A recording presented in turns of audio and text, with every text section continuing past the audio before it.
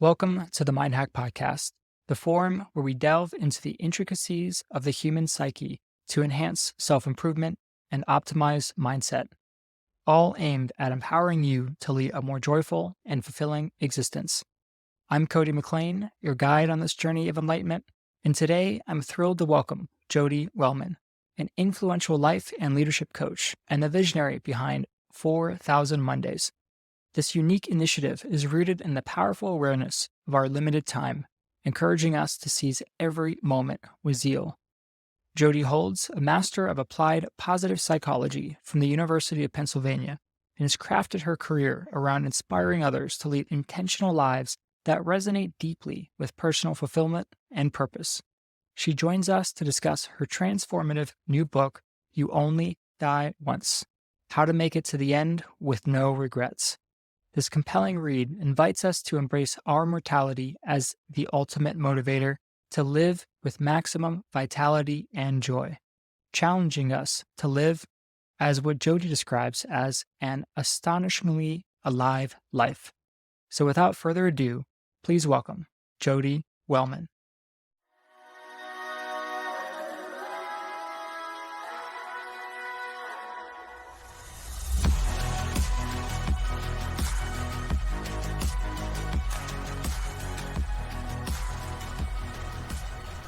I find the idea of death to be fascinating in an absurd way, like in one of those ways where we're trying so hard to live these lives we love as we, darn well should. And that juxtaposed against this weirdly inevitable ending has always baffled me, thankfully, almost more with amusement than with existential dread. So I've always been interested. And then I had a couple of things in life, like my mom passed away in her late 50s. And that was a real jolt for me, not to demonstrate that life's short. I think I was already pretty cognizant of that, but more to jar me about, oh, honey bunny, you might die like her with just a bunch of regrets because you didn't take action on all the dreams you have.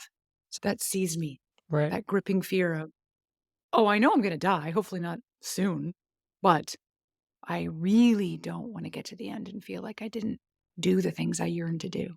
So that was always what kind of grabbed me. Yeah, and I was contemplating on this the other day because I was going on YouTube Shorts, and there's a guy that's now, instead of interviewing the person who has the fancy car or the nice apartment, he was interviewing older people and asking them, what do they most regret? And we all have those things like, I wish I worked less. I wish I was able to have more friends or spend more time socializing. But also, I just had this opposite thought, is that they worked hard to a degree that allowed them to come to that conclusion, that allowed them to live the life that they now have, that as older people you tend to have more appreciation for. So it just made me think whether or not the sacrifice that they made earlier was what led to their current levels of fulfillment. But I think there is a degree where we could probably work less and socialize more. But that was just a thought. I love that. It's such a great perspective because it's that you earned the right to have that regret in some ways, right? Like in a way, it's like everything, the good with the bad, but that it afforded you opportunities perhaps that you reveled in life at some stages and then you maybe had a phase in between where you softened. But yeah, interesting perspective. And then there's also that idea of, we all have those moments. Maybe you probably even have a word for this moment where, say, somebody gets cancer and somebody has a health crisis, or you yourself experience a health crisis. And it's always that wake up call that you feel like, oh, my life is short. I need to live it. And then maybe you decide you're going to go and climb Mount Everest. And I guess there's a perspective, is really what you're trying to teach, is that we don't have to wait for those moments. We can realize that moment in ourselves without this crisis. You are tapping into exactly the thing that just grabs me and said, that's it. And I want for all of us to experience in some way, shape, or form, even if it's a fraction of that, what the psychologists call the roar of awakening, for people who have had that peered over the edge, but didn't quite make it to death. Thankfully, they were pulled back from the edge and then they get to live. And those people, according to research, so it's not just anecdotal, but these are based in studies, there are so many significant benefits that people who've had a near-death experience or even that brush have, that I am envious of and I want us to get a piece of, those reprioritized rests of our lives, right? That's the notion of, like you said, I'm going to climb Everest because I know I don't have the time necessarily to wait. And these people do something that I find fascinating. They eliminate some of the just the little tiny bits and pieces the rest of us worry about. They don't care anymore. It's like the trivial stuff that we consume ourselves with that I dare say we squander our time with, worrying about what so and so thinks about us, or did we respond to that proposal fast enough, or they just don't sweat the small stuff as much. And so it's a matter of reprioritizing and recalibrating what matters in life. Wow, that's a gift and an opportunity that us mere mortals who haven't had this grand opportunity to see over the edge. That's why I'm trying to shake us. Not that violently, but really quite shake us to say, let's wake up and realize, like, we don't have this freaking eternity that we lull ourselves. I know we know logically we're going to die, but we get into this little comfort of I'll get to do it later. And I'm here to say, whoa, maybe you won't. By definition, we won't, but maybe you won't even get as long as you were hoping you have. There's this common quote, it's not a parable, but it's a phrase that I think we all know, which is, live each day as if it were your last. And I question, is that really possible? I know a lot of people have pondered on this phrase. Can you really live each day? I mean, would you just be completely hedonic and just, party? Is that what you're supposed to do? Are you supposed to work really hard? What is it that you're supposed to do? Is this a relevant quote? And how is it even possible to live each day as if it were your last? Right. I like you're bringing it up. I believe it is not very helpful. So I believe it's fascinating in a conversation with friends or just to muse on yourself. But I think it is too short of a time frame because we all know we would abandon all reason and we would just, that would be a very different hedonic kind of environment, just living it up in a way that's not in any way sustainable. For many people, a better or different kind of question is tapping into an old sort of Nietzsche story, which is his idea called the eternal return. And it's based on this idea that imagine if you were either given a curse or a blessing, depending how you look at it, where you were going to live your exact life the way you've lived it from the moment you were born till today on repeat over and over and over again for all of eternity. And his point was that for some of us that learn that and think about that and think, do I want to live this life again? It is a point that he said will either crush you or delight you.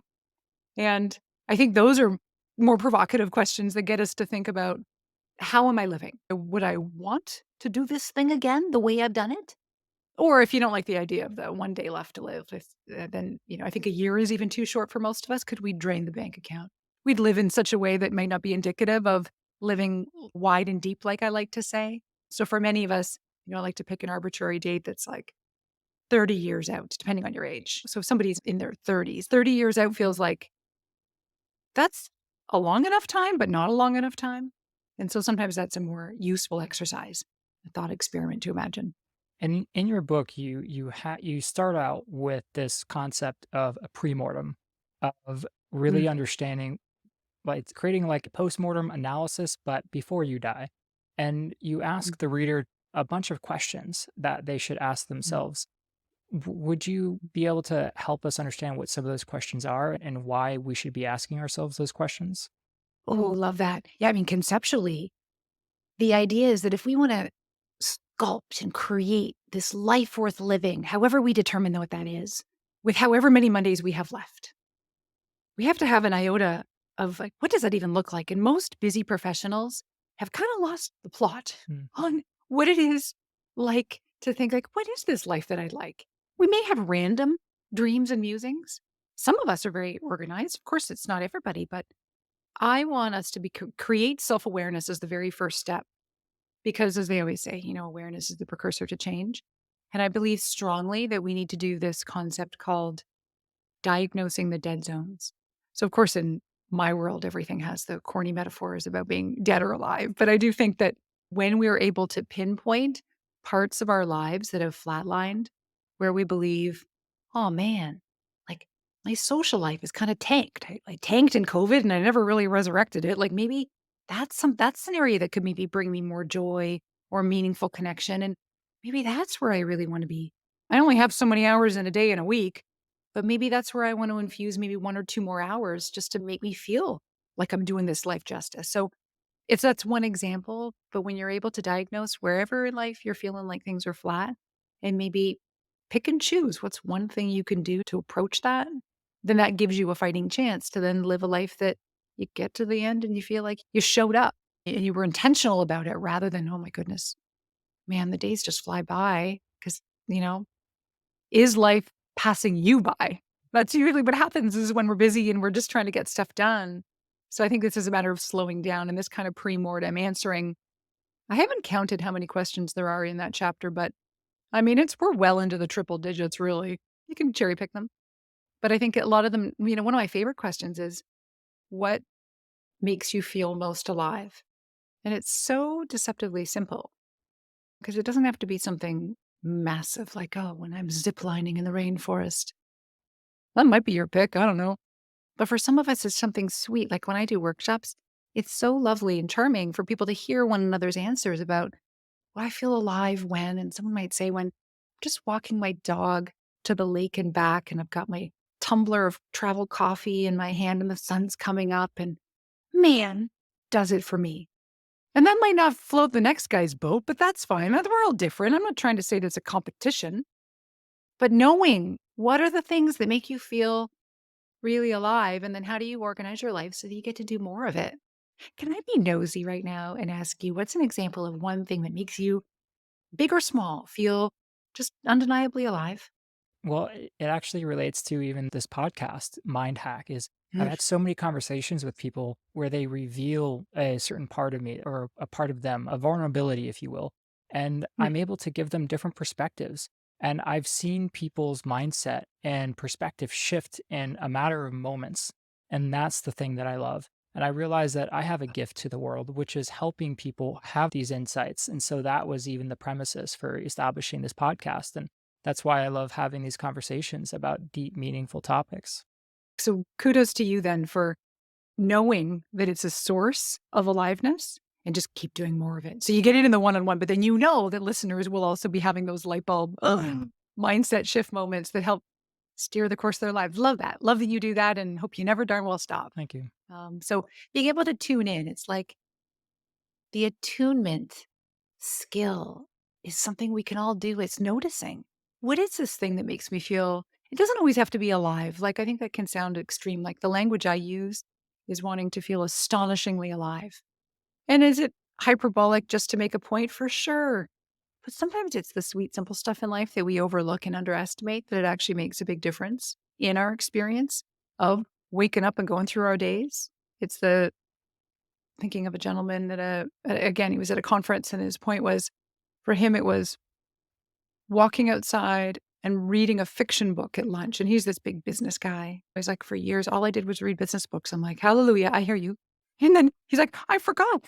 I want to read a murder mystery. And so he's delighting right now in his crazy busy life that he loves. But he's like, I love it more because I sit outside for 25 minutes and I wolf down whatever the lunch is. And he's like, but the main thing is I'm reading a chapter in my fiction book and I love it. And so that's just a small, simple joy that cost him 29 bucks to buy the book. So it's intentionally a simple example just to illustrate that crafting a life worth living doesn't have to involve a ton of dough or time or even a lot of creativity. We just have to know ourselves a little Right. bit better.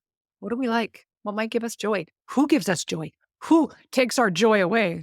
Hang around with that person less. And it seems like we're bombarded by cultural, societal norms. We grow up and we have our parents have expectations for us. I know, like Asian Mm, Americans, they have this huge expectation of going to school, being a lawyer, and their parents push them to do that. And so there's so many instances in which where we're pushed or we're pulled, or now we have kids whose lives revolve around TikTok and depression and anxiety are up because we're constantly comparing ourselves to others and we're trying to mm, put ourselves on a pedestal to make ourselves special. And yet, a lot of that is misaligned from the thing that we can truly derive a sense of value from. So, do you have any advice for people? How mhm, can they connect with themselves? How can they find that awareness? How can they separate what's the thing that they truly derive joy from the thing that society mhm. tells them that they should? Love this. Well, we're going to go back to that conversation we started around people who've faced the edge. They had this kind of experience with death. One of the benefits they experience is that they do come out of their experience. They come out like as though they're emerging from the woods. I guess I imagine it that way. They come out of the rubble and they're alive. And one of the hallmarks is that they release what is known as like others' expectations, and they do get a greater focus on what they authentically want.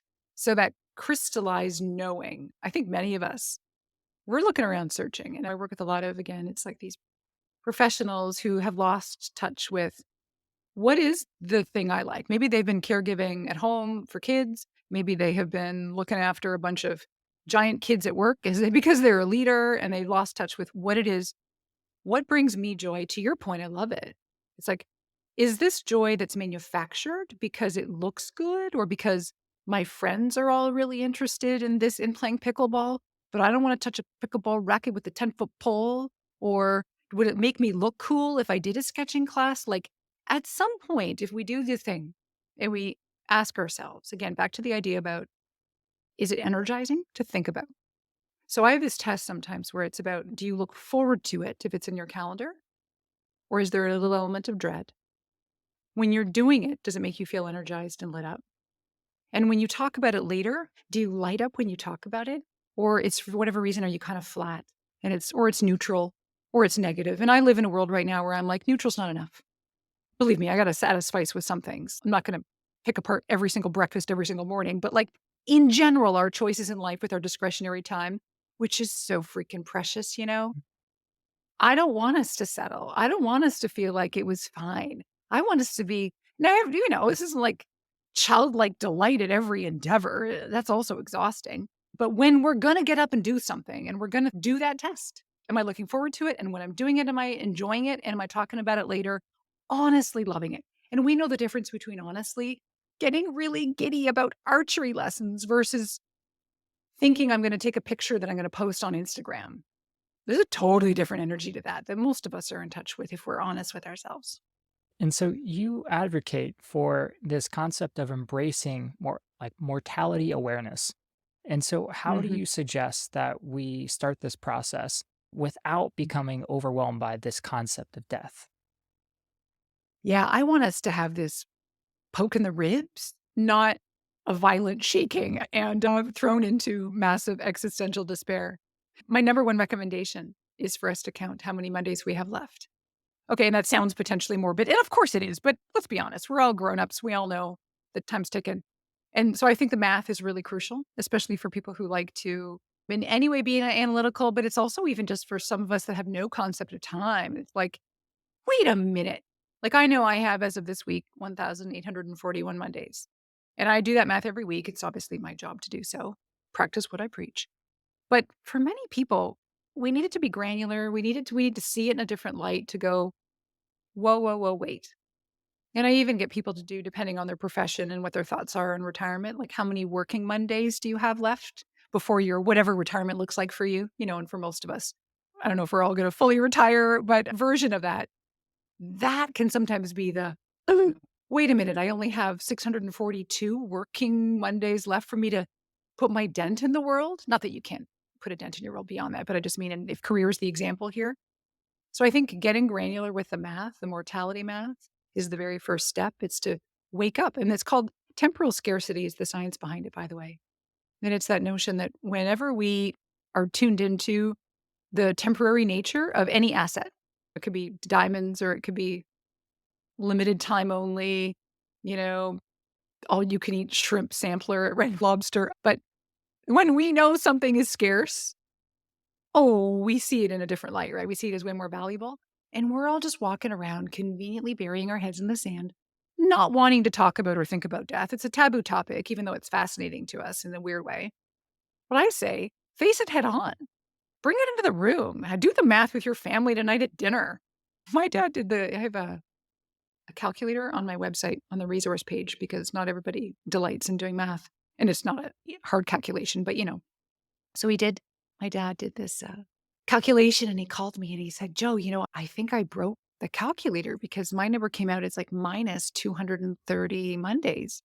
And of course it was, "Oh, daddy, it's because you're over 78, which is the math for men." That's because he's in his 80s. And of course we had a chuckle about that. Most people will not get a minus, but even if you do, As my dad says, I'm playing with house money and make it count. I remember when I first thought of this topic, it was partially in Ryan Holiday's book or series of books, but now there's also on Wait But Why. He has a blog Mhm. post that he talks about the life calendar. And after reading that Yeah. post, I was convinced. And so I bought my own life calendar. I have one, and then I fill in every single week. And my own practice, just out of fascination on this, is I will color each week based on how that week went. I have blue for regular, green for amazing, purple for travel, orange for not so great, red for terrible. So I have this all color coded. And then on top of that, in case there's like a fire, if I lose that calendar for whatever reason, I have an app that's called Life Calendar. And this is a very similar concept. I put in the title for that week and a description about what happened, and I upload a random picture that seems interesting from that week. Now, on top of that, I use an app called 1SE, which is 1 second every day. And this is where I take a random video from that day and then I upload it into the app. And I've been doing this on and off now, but for a few years, but now pretty consistently. And it feels really fascinating when you go back over that past year and you play all these various moments that occurred from that time period and you feel something inside. That was just last year and you experienced all these amazing experiences. And on top of that, I use the day one journal. And I have this weekly journal that I've been doing for almost a decade now, where every single week I combine. Actually, let me back up. Mm. I know there's so many apps in this. I'm so neurotic in the sense where I'm trying to catalog as much information as I can. And I have this other app, it's called exist.io. And at the end of every day, I can rate every day from a 1 to a 9, with 9 being the best. I'm not sure why it's 9 and not 10, but I just do a voice to text and I just write what happened that day. And then at Mm. the end of the week, when I do my weekly journal, I import everything that happened and then I generate a summary. And then I ask myself some questions. What did I not enjoy about this week? What can I do to improve? What can I do to do better? What am I not really happy about? And so I'm consistently having this journaling practice. And I found that if I don't have that daily journal at the end of the day, I tend to forget the main things that happen in the week, those emotional moments that I can then analyze at the end of the week. And so that I have this physical life calendar, I have an app life calendar, I have the Yeah. daily what do I do? I have the daily video. Maybe it's probably too Yeah. much, so don't become overwhelmed by this, but that's my routine. And I think to some extent that helps me to recognize that my life is limited and that is the motivator. And it can help you make sure that you're not living with what other people decide that with societal norms and holding yourself back from all the cognitive dissonance that you might experience on a regular basis. I love this so much. It hurts. All the ways that you capture your existence and it's reflective, right? So I do think that there's power in doing the math and like calculate. I have the life calendar too from Tim Urban on Way Above Why. I love the way you've taken it next level. So you're demonstrating what I think many of us yearn to do and could benefit from. It's the real questioning. And when you're essentially asking, if I could boil it down, am I making the most of my life right now? You're doing the emotional awareness and then also and my question then is, does it change the way you behave moving forward? Because presumably this isn't all looking back and it's not all with the assumption that I want to be able to look back on these photos. It's like, it's an input process to be able to sculpt what's coming, right? This, this is about if you see, for example, you've got too many orange or red days in a row on this visual calendar, it's like something got to give here. Right. That's another way of diagnosing a dead zone because you're going to ask some questions, right? Like, what has made this entire week alert status red versus, something else? So by being intentional, this is our opportunity. I think it's become aware of what we want and what's working and what's not. Be intentional about here's the way I want to fill my days. And because it's limited and because the more we hear stories about it and the more we have these kinds of conversations about the fact that people who have waited, for example, to live later, I'm going to do that later. Oh, when things get less busy, that's when I'm going to plan that really cool trip and take that course that I want to take or start dating or fill in the blanks. There's no shortage of ideas and options. They're waiting for later from some like mystical land of tomorrow or retirement, which is a big joke because like you may not even be able bodied or alive by then. And I just feel so sad for the life that needs to be lived today. Like, I can just picture life like I like to draw, and I'm just picturing life as a character. Like, wait, what about me, today? Like, I love that you're banking all this idea for tomorrow, maybe, but what about now? So, yeah, that awareness and then the intention and then action, because that's the difference, right? Right. I mean, the road to hell is paved with good intentions. I believe the road to the grave is paved with bucket lists that are overflowing that we just haven't actually systematically attacked. And that to me feels really super potentially sad and something we can totally, totally take action on now, one thing at a time, right? That's all we can do. And so there was a amazing conversation I had with Kristen Neff, who wrote this book on the science of self-compassion. And she emphasizes that it's really hard to change unless you can find a sense of self acceptance and self compassion with yourself Yeah. because you're holding on to so much like self loathing and hatred. And that can be difficult to get yourself out of that.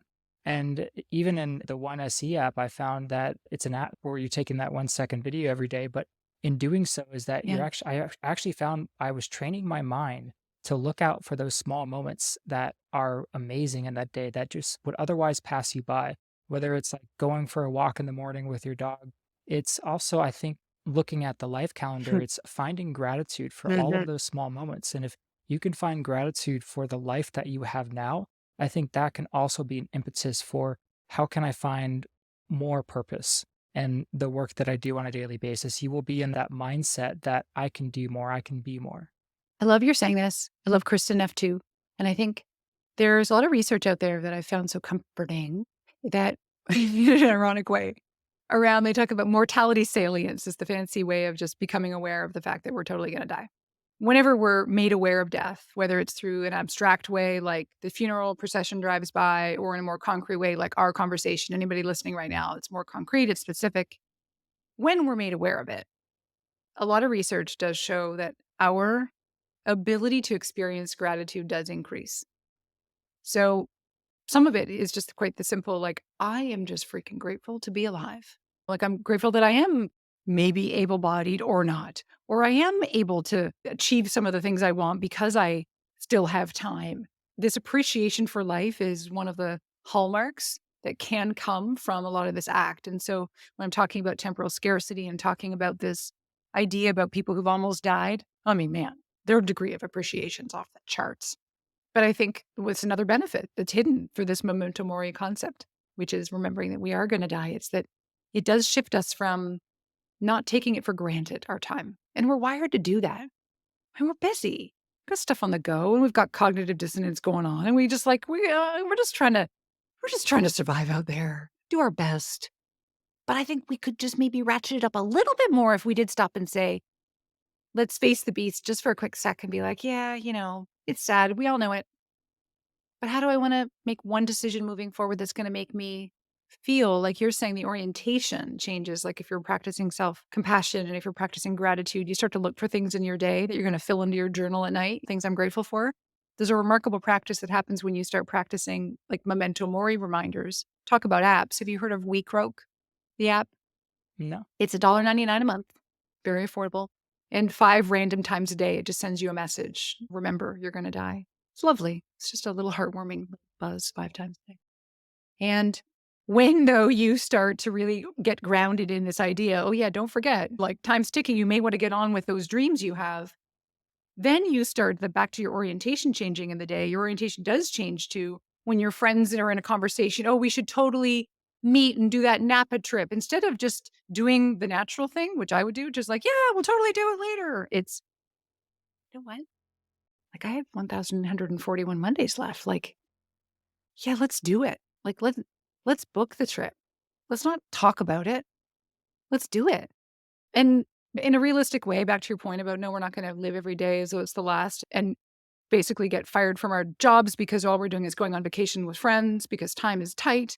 No, we're going to manage our time. But I think we all know the difference between languishing and letting many, many, many opportunities pass to, again, do things that might give us joy, whether it's social or recreational or spiritual or with your body or with your mind. I don't know, whatever you want to do, but just do it.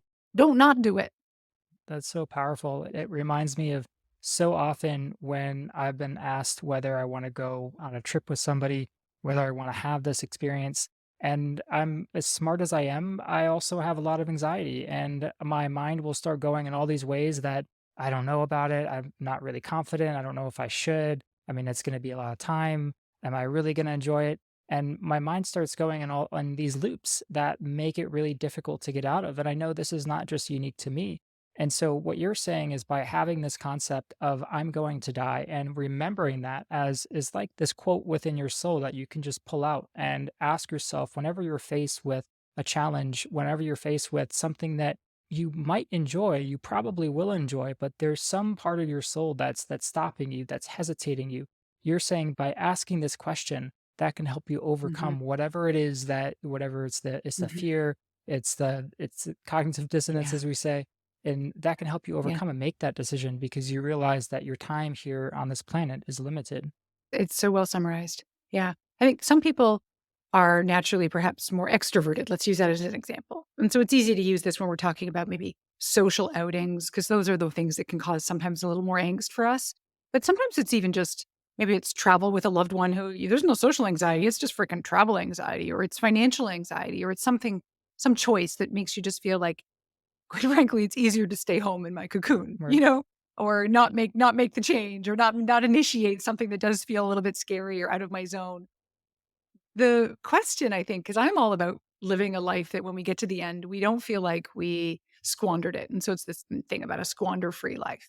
And then said differently, it's not having regrets. And I don't care about regrets of commission, the dumb things we did and wish we didn't. We find a way to rationalize those gems. But it's the regrets of omission that eat us up. The regrets about things that, man, I always said I wanted to learn how to speak Italian and I never did. Or I always wished that I had gone to Tokyo and I never did. Like when we tune into the things we're longing to do now, and again, this goes back full circle to our earlier part of the conversation, like get a glimpse at yourself. Like what would be cool things you would want to put on okay, fine, it's the proverbial bucket list. But then ask yourself, like if I was at my end, like tonight's the night, I'm checking out, would I feel some things you would just be like, yeah, I always wanted to go to that restaurant, but I never got there. No big deal. But some things we'd have feelings about, like, oh man, I always wanted to write that book, but I always said I would do it later. I was just too scared. Or fill in all the blanks, right? And those are the indications. So one way to check it is to ask yourself, would you feel that really crappy pang of regret if it was your last night tonight? That's one way to check it. Another thing that when we're just in the do or die moment of not die, literally, of deciding to say yes to an opportunity or not, my new question is, will I regret doing it or will I regret not doing it afterwards? And I'm an introvert and I'm a homebody. So I'm going to want to stay home as my default setting every time. But when I'm faced with something that might be kind of neat, to go to a concert at a small venue, I might like that would be great. And I always like the idea of going long in advance, but then I want to cancel the night before or the day of. And I stop and think, okay, I don't want to go because I'm just tired and lazy and maybe a little bit awkward, but I would regret not going because every time I've been out and done something, I've never regretted it when I came home. You know the feeling like doing it's invigorating in some way. And you get to be like, I got a participation ribbon. I did it. I had the fun. Like, it could be that you went to the ukulele class, or it could be that you went and volunteered at that thing you've always been curious. Like, you did it. And would it have been easier beforehand to just stay home and watch Netflix? For sure. But I can't do that too many nights in a row before I get that niggling sense of, oh, honey, I think you might be squandering, not savoring Mhm. your life. And then I just have to course correct it because that's all we got. That's all we can do. Right. And I'm building an app right now. It's called Mental Reminders. And the concept is that it will allow you to insert things that you want to remind yourself about. And then it will bounce back and push back on your phone at random times of the day as a reminder. And I think in part what you're saying here is that we should invigorate and embody this concept of asking ourselves, is this something I'm going to regret? And whenever that Mm, challenge comes up, and that can often be the most difficult decision because, our limbic system takes over. We might feel that fight or flight. And if we can try to mhm, embody that as a core part of our decision making, then in some ways we can ask ourselves that we can do that pre-mortem, that assessment, and we Yes. can really ask ourselves and be aware. Is this something that I should do despite all of these fears and these feelings? Is this something that is going to like liberate me? Am I going to feel alive after? And I think that's a powerful, powerful concept. Oh, oh, I'm totally going to get your app. Thank you. In terms of self actualization, that's a really core part of what I hope that others can achieve. It really allows you to feel like you're living your full potential. Are there any methodologies? Is it just this simple concept of asking yourself this question that what am I going to regret this? What are my regrets? Is there any other concepts that you might be able to bring up in terms of Maslow's hierarchy of needs where self actualization can help us? Yeah. One of the ways I look at life, I like frameworks. I just think it's easier sometimes to evaluate ourselves with a just give me a 2 by 2 matrix and then I'll understand things, you know? So I have one. And it's kind of this response to how many of us would love to live longer. And I think most of us that would agree, like, I don't want to just live longer to get to like centenarian status. I want to also have a quality of life while I'm there. So I like breaking it out into two different axes. So it's living wider with vitality and deeper with meaning. And so living wider with vitality, that's the more classic sort of hedonic kind of well-being where it's the pleasure, it's going and doing neat experiences, having fun. It's like I call it like fun and frothy and fizzy. It's great, it's necessary. And so some of us have that notion when asked if you were going to plot yourself on a spectrum from one end to the other of how vitally alive do you feel? We can kind of plot ourselves on any given day. But then in relation to the other end of the zone, it's living deeper. And that's with meaning. And that's the eudaimonic dimension of well being. And that's the rich sort of sense of, am I aligned with some kind of purpose? Am I experiencing any kind of connection with, oh, like other human beings? Or maybe even something bigger than myself, like a spiritual angle? Do I feel like that's when you're using your character strengths, your virtues? It's good stuff. So, what happens when you overlay the widening x axis with vitality and the deepening meaning axis, the y axis? You end up with quadrants. And I think that that is a really great way back to assessment, like in a pre-mortem, but also in a way of looking at your life and saying, okay, if I'm going to get a little bit prescriptive about this, to better know, like, where do I start? What am I going to do about this? How do I reach my potential? The goal really is, how do I make choices? Because we're just faced with choices at any given moment and not doing anything's a choice, of course, which is really what I think many of us are doing is just the usual routine, which I'm very wary of. Like, if I want to widen my life, what might be one way I could do that? Oh, okay. It would be looking into taking that cooking class that I keep wondering about. Okay, well, look it up, maybe register. Maybe it means if it's deepening you want because you're feeling a little empty inside, like maybe you're having fun, but you go home and it's like life feels hollow. It could be, I really do think I need to, maybe I want to kind of rekindle my Buddhist faith or whatever it is you choose and go back and go to a service or do something or read and then, okay, I'm going to do that. You know what? I'm going to do that on Saturday morning. You book it and you do it. And I dare anybody to tell me that after doing a thing that you have decided as a result of looking at your life in this way and you've taken action and you said, this is going to be a thing I do to help me feel wider and or deeper. That's a vote for life. Like that's a vote for standing up for your aliveness. And that's pretty freaking great.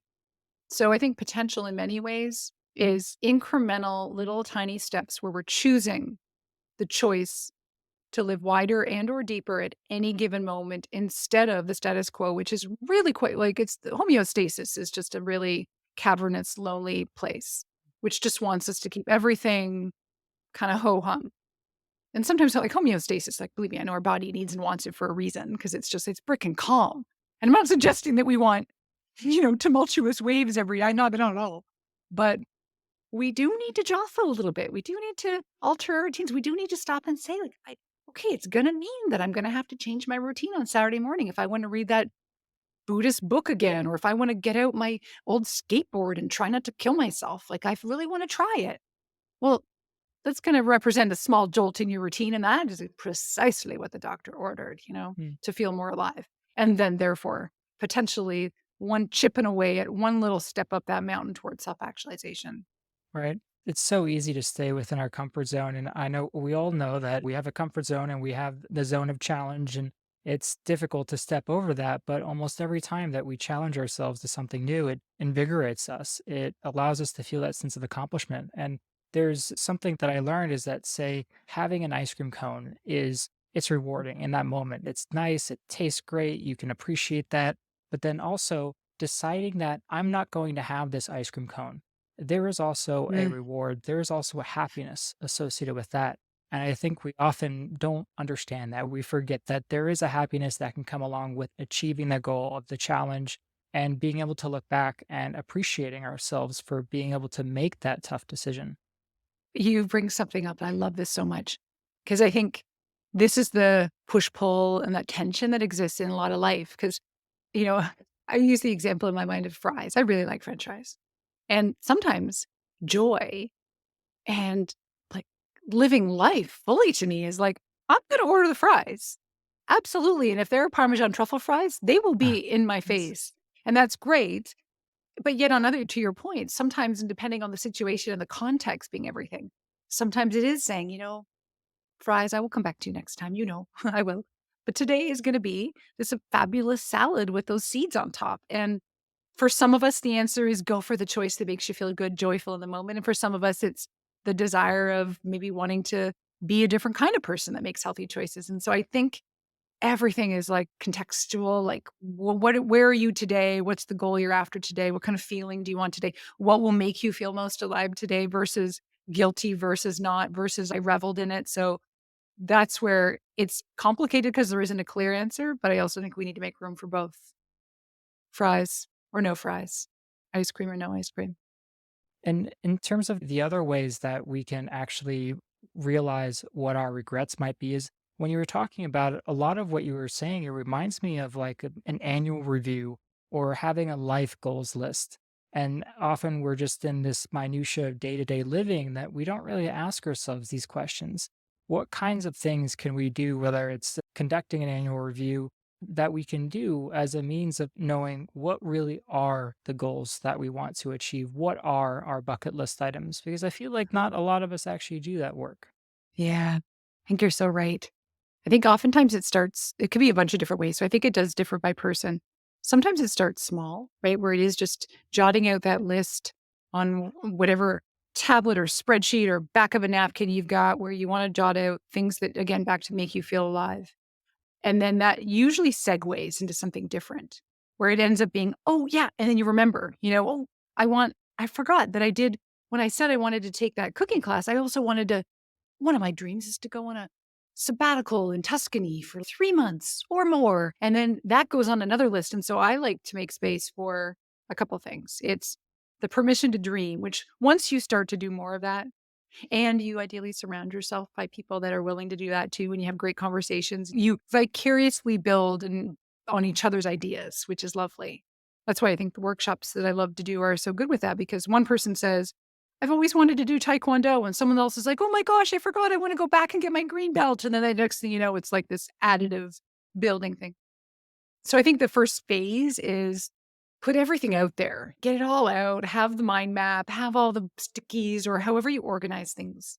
This is a life that, man, like would be great and celebrating what has gone well. So the positive psychology practitioner in me would be really, really remiss if I didn't say that we need to do that appreciative inquiry, which is like, when am I at my best? Like, when over this last year, for example, if it's a yearly review, or it could be quarterly or however long, when in this last block of time was I feeling really plugged in and alive? What was going on? Who was there? What was I doing?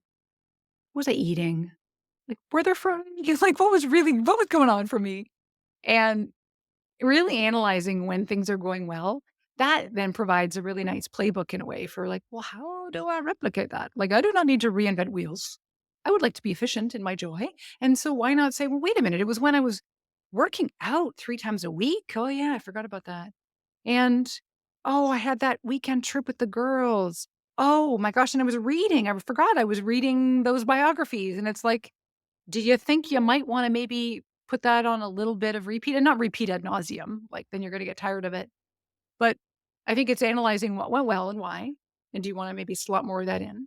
And then it's looking at all the dreams and hopes you have for yourself in this limited time only situation.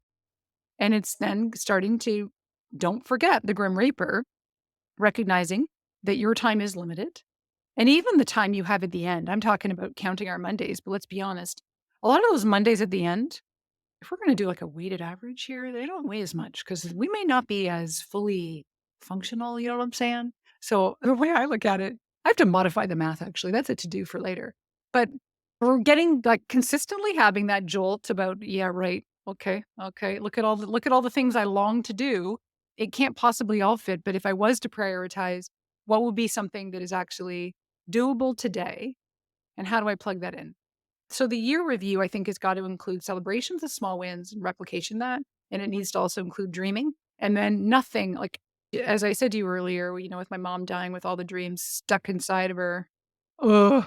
Let's not any single one of us do that. Let's identify at least one thing that matters to us. And it doesn't need to be big stakes. Like, I believe we get afraid when we use big words like potential and when we use big words like promise and purpose and even passion. Those are all pretty scary for people, but I know your listeners are more sort of evolved, and I know that you're already playing this game. And so I think that we can dream big. I would never have us not.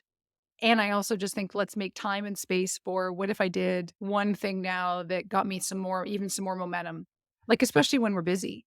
I mean, that's the little bit of the thing we fall into. Like, you could be getting a lot of good feelings in your life about the success you have and working 12-hour days, right? And then at some point, you might say, this is actually pretty invigorating. I like my life. And I'm not going to argue with you. Great. If you like your life, I won't even argue with you anyways. But are there a couple of other things that you're thinking about? If you keep coming back to it and you keep thinking, I do want to go to Prague, or I do really want to do that thing at the library where you read to kids. I don't know why. You don't have to know why. It's so funny because when I'm in workshops, I'll ask people the thing that they might want to do, and people get so kind of protective and defensive of it. They're like, I don't even know why. I'm like, you don't even have to know why. We want to make meaning of everything, right? But if you want to do it, just give it a go, give it a try. So, yeah, year review, analyzing, and then make sure it's not just a gratuitous experience. Because I think sometimes that's where self reflection can feel insightful and lovely, and then unfortunately not that actionable because it's learn a lot, take your notes, realize, and say, and now what? What do you want to do next? And what's in your calendar that you're actually looking forward to that you put there? Because you're going to be the one to plot and plan that, right? Right. So, whether it's doing an annual review, a quarterly review, simply pausing in your day and asking yourself, do I enjoy this thing Mm. that I'm doing right now for 8 hours a day? And maybe it's a thought. So, there's a practice that I have. I call it reverse meditation. It's basically just thinking, but I coined it that because I view it as the opposite of meditation. And so much of what you're saying here is it comes down to awareness, having the awareness to know what is our desire? What is our goal? Even if we don't know why we want to go do something, it's having the awareness to know that it's there. And I think certainly meditation can help with this. And for me, it's a routine where I'll sit down in a special chair and then I close my eyes and I think about how did the day go? Were there any Mm. particular moments that felt emotional to me? Do I need to go over? And how is the week going? And how is next week going to go?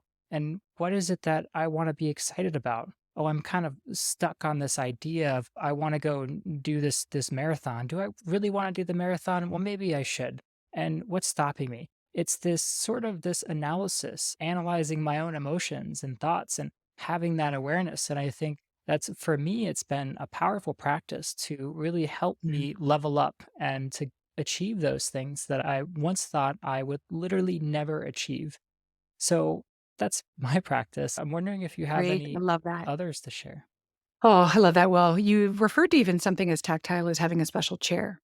And let's not overlook the importance of physical environment, place, and space. Many of us do fabulous work with our brains when we even change our environment. So I'm a fan of also having a special place to sit and whatever that looks like. And it usually involves a cat on the lap, if possible, if he will cooperate. But often I'm a fan of having a personal retreat. And a friend of mine, Kevin, has always inspired me because he's in Chicago and he would take the train first thing in the morning to Kalamazoo, Michigan. I swear it's just because it's a town with a cool name.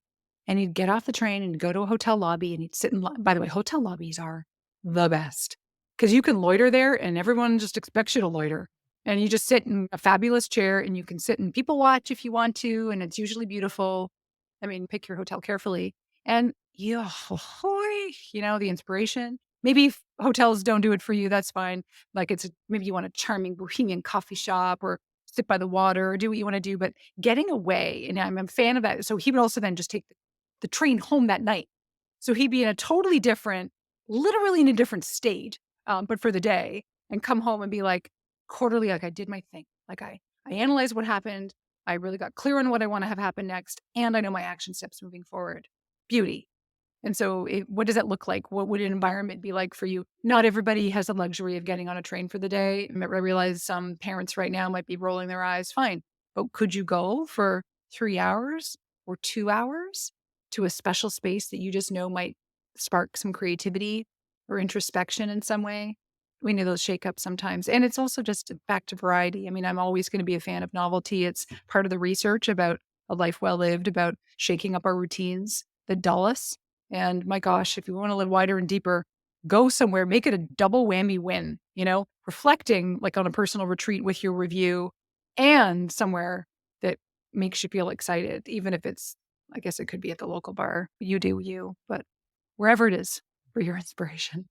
And there's so much more I wish to cover, but I also want to respect your time. And I know that you mentioned this concept of workshops. So, where can listeners go, whether it's going to Amazon to go buy your book or if it's a workshop that they can attend to get some personal training? Oh, well, I love you for asking that. Thank you. Yeah, I mean, the book is available in, you know, Amazon, Walmart, Barnes and Noble, Target, etc. So by all means, thank you. You only die once. And then for workshops, you can reach out on my website. I work with organizations, associations, groups to plan something that helps to really get people thinking in ways that kind of like what we're talking about today, waking up to life in a way that we'll just let it pass us by otherwise. So let's not make that happen. Yeah, but on 4000mondays.com. Thanks. I love that. I love the website, Jody. Thank you for being on the podcast. I'm really grateful to be here. Thanks for having me.